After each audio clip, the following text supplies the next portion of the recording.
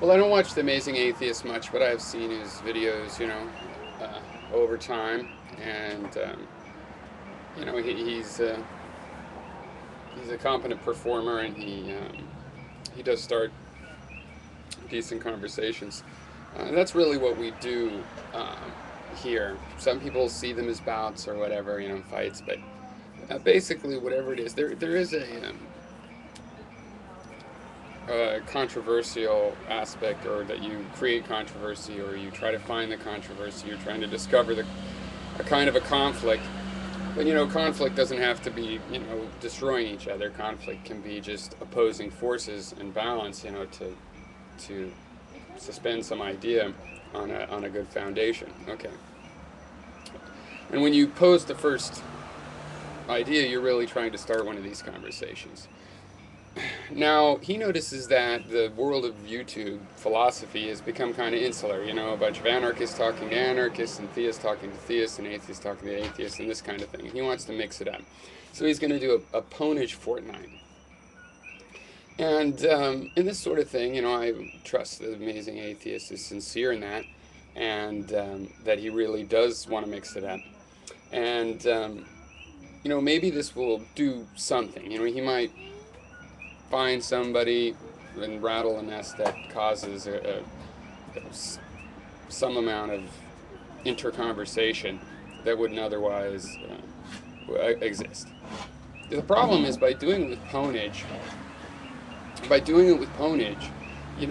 this is one of the forces that has made things, that makes groups, separate out into these subgroups, and for the divisions to be sharp, because the people that don't want to screw around with pwnage are the people on the lines, and pwnage makes people choose sides.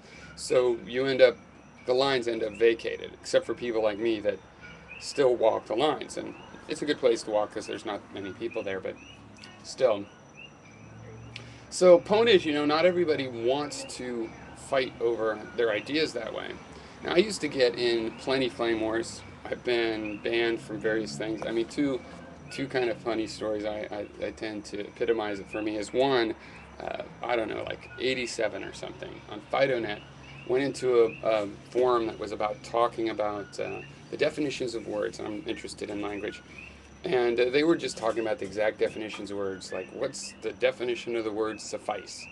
And they put, should this be or the in the definition, very precise. And I was struck by, hey, it's great you're getting precise definitions, but when you get a definition that precise, you're proposing it. Really, everybody has their own definition of that word. For every English speaker, there's their own definition. Now, the definitions might be quite similar. So like my thumb, that's a thumb. We could call that a thumb. But we know it has a unique thumbprint. Maybe the detail differences of our definitions of words are no more significant than that. But there still is a difference. And whether words work or not is whether, is based on how the meanings overlap and intersect or don't intersect and so forth. And they didn't like that.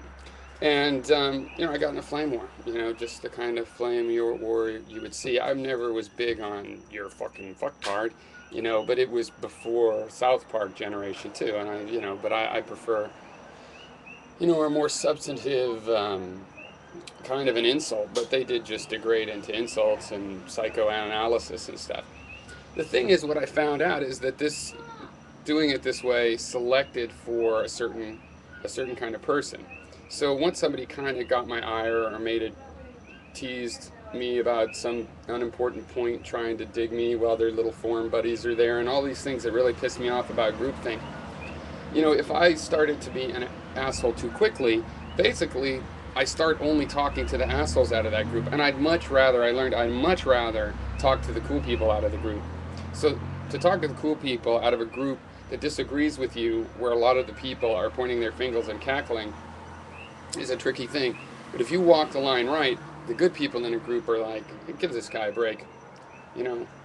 It's good faith. They recognize the good faith.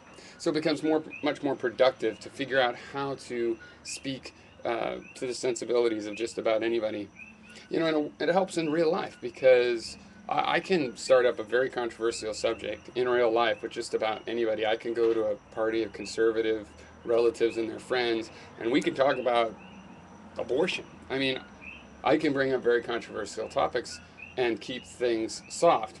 And, sometimes that means you have to know when to back off, but it's not like every conversation in your life you have to push to some particular limit. If you're trying to learn how people think, then you can just explore the limits. And then when you do, if you're at a party and you get to somebody's red button area, well, probably you don't need to push that open and find out what's in there causing this phobia they have about some subject or other. But it's surprising how far you can go, and I've learned to go very, very far. And I've opened up some really heartfelt conversations with people um, that really appreciated the fact that I differed with them so much. And they didn't leave agreeing with me, but I know their mind was expanded, and I consider my mind expanded too from those kinds of experiences. So, I mean, if you're poning people, then you're making people take sides. You're saying get off the borders, get off the fences. So it's not good for the people that would mix it up. The people that are watching you, and watching an atheist and a theist, because they like the questions, not because they're a big fuckhead about the answers. So I think it's a good idea to try to mix it up, and I think maybe it'll work. I mean, if your style is ponage in general, then what you have to offer to these other groups is some ponage. And for the rest of us, I mean, I think it's a similar thing. If we have some reasoned debate, then we should offer to others, and I think we do. So it's sort of ironic because the people that really span many of these genres, and I know of a group of YouTube people that are familiar with all these different groups because they like the whole spectrum of ideas and logic and ways people think. And those are the kinds of people that don't do ponage and drama. They'll get in drama. I'm not saying they're above it or anything, but they basically, that's not what they're about. And uh, those people are not responsible for the sharp divisions that develop. They help tie these groups together. It's the poners that really shock the system into, bubbling out into these groups, in my view. Another time I got blocked was on a mailing list, and I guess about uh, 90 or 89 or something, and it was I think you'd call him a market anarchist type now. I mean, he was just a anti-tax libertarian, and I made a video about him once, and I got kicked off his list because he had this one concept that I really did appreciate, called INSPIC, the Neurosemantical Political Illusion Complex, but I didn't think he actually understood it. It's one of those weird things where this guy came up with this idea, and I go, oh my god, the gist of that is so true, but he doesn't understand the implications, and so he kicked me off of that site, and that was another interesting one. And really, I used to assume that my life period at any given site was limited, and sort of mastering that and overcoming that has been beneficial. Um, but so I think, I don't know. I guess if that's what the Amazing Atheist has to offer the other groups, then fine, go take your ponage to them.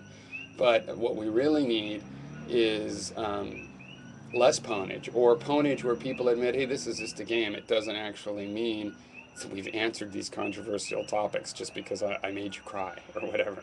Maybe people should just admit that, okay, we just had a battle, but we could vote and we can have a debate. It doesn't really mean that the question is totally over for all of us. But anyway, yes, I have been online a long time.